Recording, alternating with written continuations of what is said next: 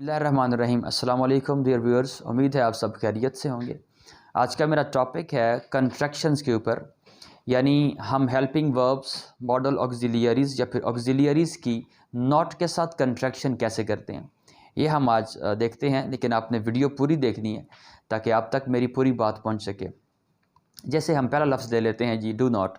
सबसे पहले मैं ये आपको बता दूं कि हम कंट्रैक्शन करते क्यों हैं। देखिए, कंट्रैक्शन हम इसलिए करते हैं कि एक तो हम जल्दी में बात पहुंचा देना चाहते होते हैं, ठीक है, तो उसके लिए हम कुछ लेटर्स ओमिट करके उसकी कंट्रैक्शन करके बोल देते हैं, ठीक है। दूसरा ये कि ये इनफॉर्मल स्टाइल होता है कंट्रैक्शन वाला, ये लिखने में नहीं करते, चूँकि लिखने में इसे गलत तस्वर किया जाता है। चूँकि लिखने में हम फॉर्मल होते हैं और कंट्रैक्शन का मामला इनफॉर्मल स्पोकन इंग्लिश का है। सबसे पहला हम लफ्ज़ ले लेते हैं जी, डू नॉट। तो डू नॉट को हम डोंट कहेंगे, does not doesn't, did not को डिडंट कहेंगे, और इसी तरह इज़ नॉट को इज़ंट, आर नॉट को आंट कहेंगे। आर नॉट को हम आंट कहेंगे, हम इसे आरंट नहीं कहेंगे। इसी तरह हम एम नॉट को भी आंट कहेंगे, एम नॉट नहीं कहेंगे।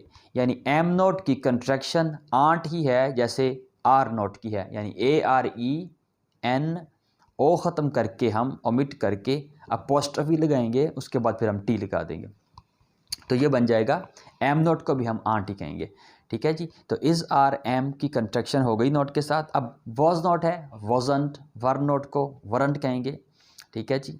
जैसे एक और चीज़ बता दूं मैं, हम डू, डज, डिड, वाज और वर, इसके अलावा जो इज़ आर एम है, ये बाकी जो हेल्पिंग वर्ब्स हैं या मॉडल ऑक्सिलियरीज़ हैं, हम उनको शुड भी इसमें शामिल नहीं है वैसे और इसी तरह और भी हेल्पिंग वर्ब्स हैं जो शामिल नहीं है इसमें, जैसे यूज्ड है या ऑट है, हम इनको नाउन या फिर प्रोनाउन के साथ कंट्रैक्ट नहीं कर सकते। बाकी जितने भी हेल्पिंग वर्ब्स हैं हम उनको अमूमन नाउन या प्रोनाउन के साथ कंट्रैक्ट कर लेते हैं जी।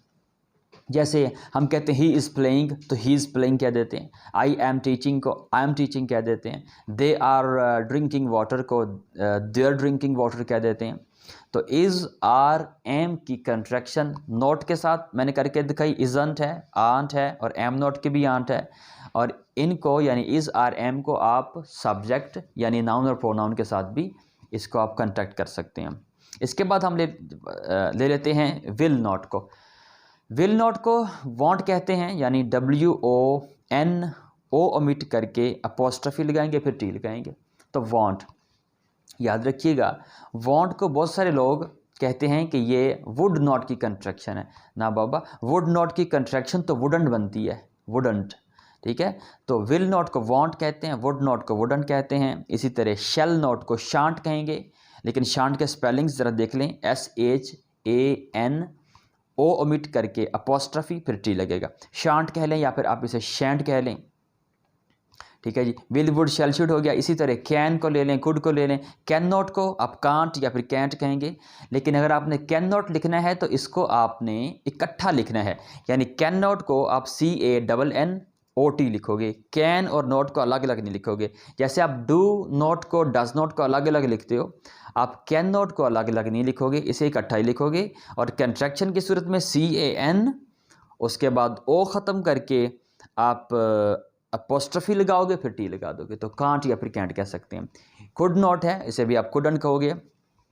इसी तरह will, would, shall, should, can, could, may, might है। मे नोट को आप मे नोट यानी मेंट कह दोगे, माइट नोट को आप माइटंट कह दोगे, ठीक है जी। इसी तरह आप ले लें और हैज़ नोट को आप हैज़ंट कह दोगे, हैज़ंट। हैव नोट को आप हैवंट कह दोगे, हैड नोट को आप हैडंट कह दोगे। और इसी तरह ऑट टू होता है जिसका नेगेटिव ऑट नॉट टू होता है, तो ऑट नॉट को आप ऑटंट टू कह दोगे। और इसी तरह यूज्ड नॉट टू होता है तो यूजन टू कह दोगे। और इसके अलावा नीड नॉट होता है, आप उसे नीडंट कह दोगे, नीडंट। डेयर नॉट होता है, आप उसे डेयरंट कह दोगे, ठीक है जी। एक और चीज़, जैसे सम टाइम होता है कि दो हेल्पिंग वर्ब्स इकट्ठे आ जाते हैं। जैसे आप देख लें कि शुड हैव है तो आप शुड हैव कह देंगे, शुड हैव, यानी उसके लिए क्या करेंगे, आप शुड के बाद अपोस्ट्रोफी VE लिख देंगे। इसी तरह कुड हैव, आप उसे कुड हैव कह देंगे, कुड हैव यानी कुड, उसके बाद अपोस्ट्रोफी फिर आप VE लिख दोगे, कुड हैव बन जाएगा।